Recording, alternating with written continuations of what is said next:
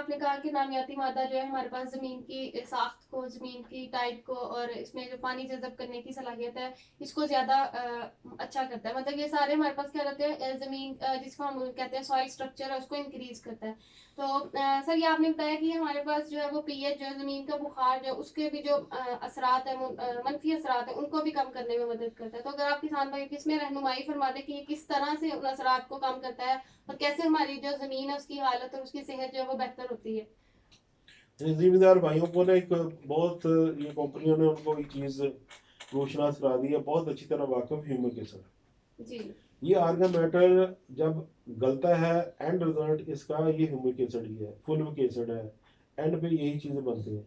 ये जितने और भी ऑर्गेनिक एसिड इसमें से बनते हैं ये सारे वीक एसिड है। ये पीएच को 7 से कोई हल्का सा तजाबियत करते हैं, स्लाइडली एसिडिक इसको बनाते हैं। तो इस तरह ये आर्गन मैटर जो अपना उसमें रोल प्ले करते हैं।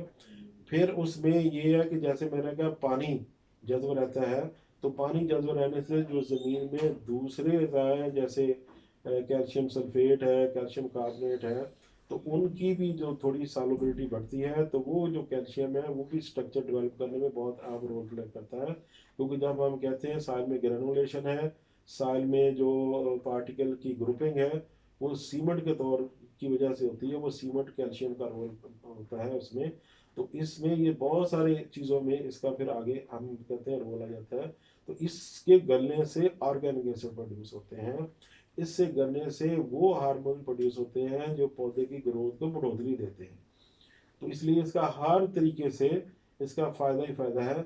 लेकिन समझना इसका ये चाहिए कि ये किस तरह इसको इस्तेमाल करना है। जी। कि जो घर का गार्बेज है उसको कैसे इस्तेमाल करना है, फार्म का है वो कैसे करना है, जो ग्रीन मैन्योर है उसको कैसे करना है, जो पौधों के पत्ते हैं, शाखें हैं, उसको कैसे करना है, और जो फसलों की बाकियात है उसका इस्तेमाल कैसे करना है। ये इनको इस्तेमाल करने के तरीके अलग अलग हैं। उसको समझने से ये है कि बहुत हद तक वो अपनी तकरीबन से 40 से 50% खादें यहीं से पूरी कर सकते हैं।